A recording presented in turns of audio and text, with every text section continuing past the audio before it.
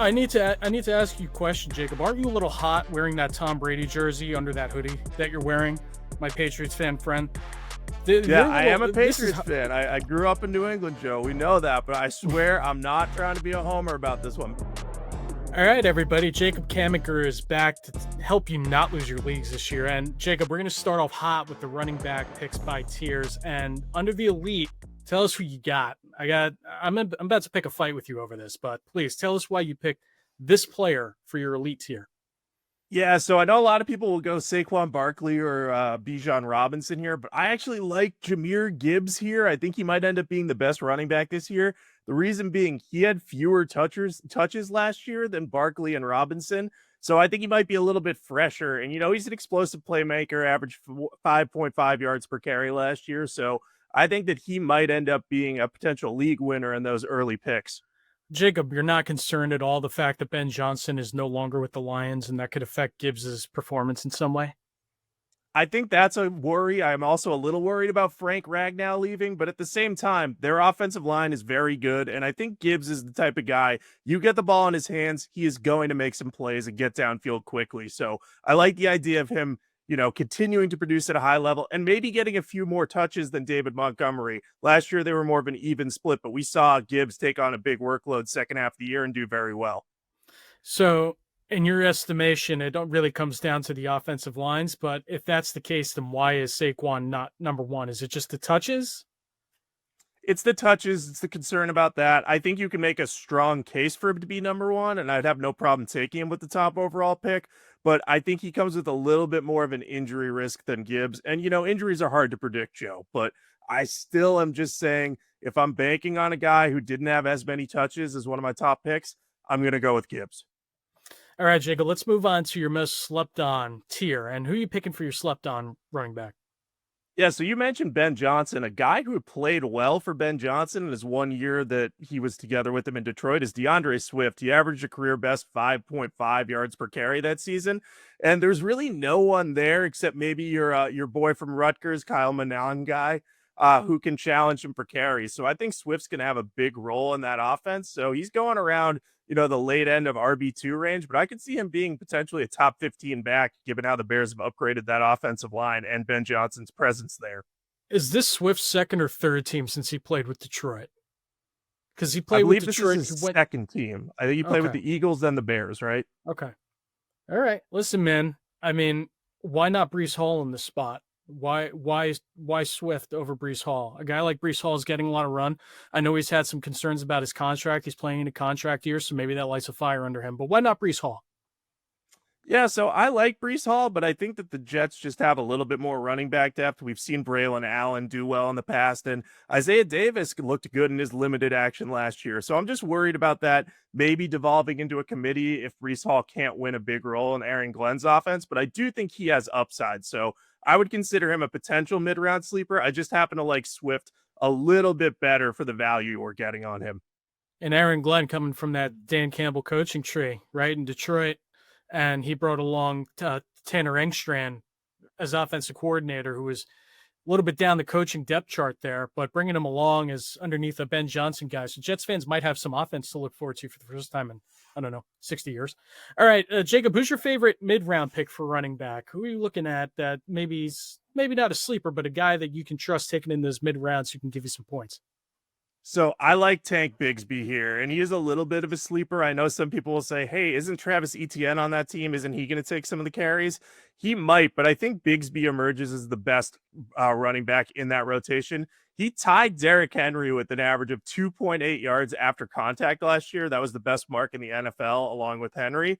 So I think if the Jaguars can just block a little bit better in front of Bigsby, he could have a big year, and he's probably going to be a goal line hammer for the team. So don't sleep on him as a potential RB2 that you can get kind of in that 8th to 9th round range.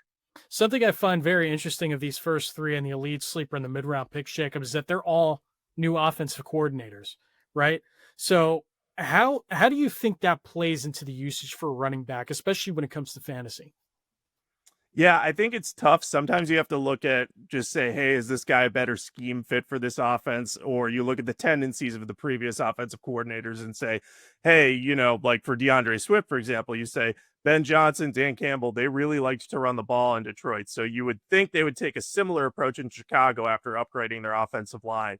But it's all about tendencies and just trying to figure out, hey, this guy kind of fits this scheme the best. So I think that's part of the equation. It's not always easy to project, but guys with new offensive coordinators often have more upside because things are typically changing for the better, especially if they're coming off of down years like Swift and Bigsby didn't have a down year, but he wasn't super consistent last year. So you got to like the change ups for them for that reason.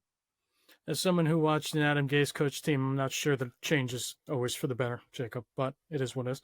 All right, so let's go to everybody's favorite player this week, and that's Ja'Cory Krusky-Merritt with Washington, also known as Bill. He goes by Bill Krusky-Merritt. So, Jacob, you have him as a late round pick in your running back tiers. What do people need to know about Bill?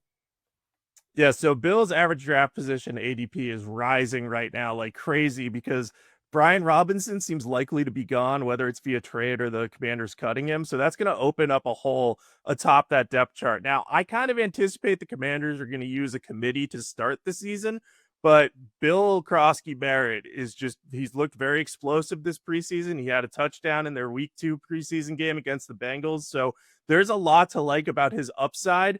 And you're talking about a guy who could emerge as the backfield leader by the end of the year. And you're getting him maybe in the middle rounds, maybe in the later rounds, depending on where he ends up as this, pre-draft season goes along. But there's a lot to like about him. The coaching staff's really been impressed. And hey, if they're willing to get rid of a guy like Brian Robinson, who's been a quality part of their rotation for several years, that means they have to like someone. And I think it's a good bet that Krusky-Merritt might be that guy.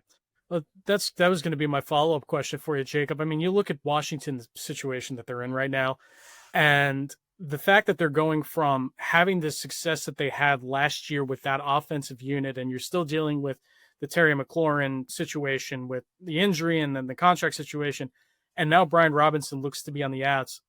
Doesn't that, as a fantasy owner, make you a little bit nervous? Like, just a tad bit to, like, even if he's a late round guy who you think could be a help, but going from Brian Robinson, I mean, there's just no certainty there, right?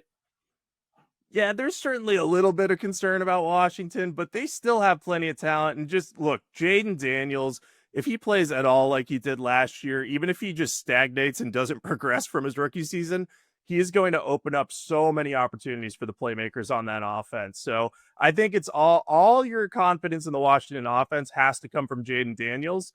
And just saying to yourself, hey, everything is going to work out around him. Whether Terry McLaurin ends up holding out or Brian Robinson ends up somewhere else, you still have Jaden Daniels. So as long as he's healthy, that offense should be very good.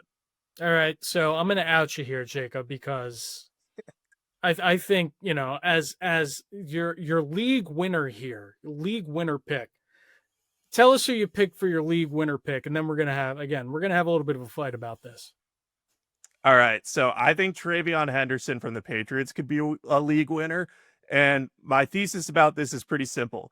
He's very explosive, similar player to Jahmyr Gibbs. And I think he has a clear path to the top of the Patriots running back depth chart. Ramondre Stevenson's been banged up. He's been having fumbling problems. So I think Henderson's going to end up being the guy who gets a bulk of the touches by the midpoint of the season. So if he is getting those opportunities and with his speed and explosiveness and pass catching abilities, I think that he ends up being a guy you plug in as a high-end RB2, maybe low-end RB1 by the end of the season. So I really like him for that reason, and I think Mike Vrabel is going to warm up to him very, very quickly. So I like him, but I want you to tell me why I'm wrong.